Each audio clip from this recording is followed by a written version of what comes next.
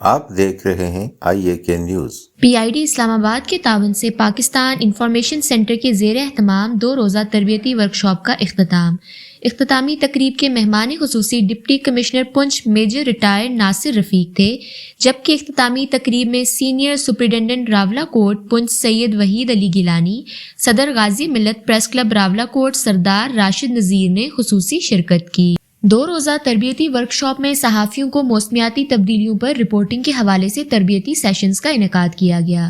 Workshop کے دوسرے دن معروف ٹرینر ماجد رضا اور ایمرجنسی آفیسر ایاز بزمی موسمیاتی تبدیلی، اس کے اثرات اور بہتری کے اقدامات پر لیکچر دیے۔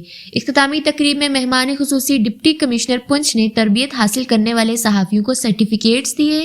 ڈپٹی کمشنر اور سینئر سپرنٹینڈنٹ پولیس نے پاکستان انفارمیشن سینٹر کے اقدام کو سراہا۔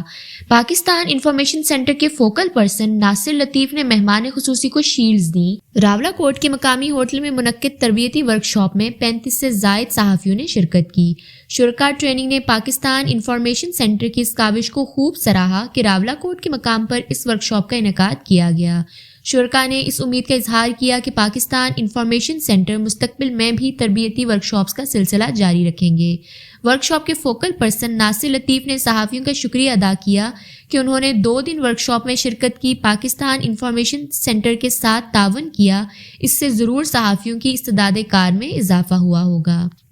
آپ دیکھ رہے ہیں IAK نیوز۔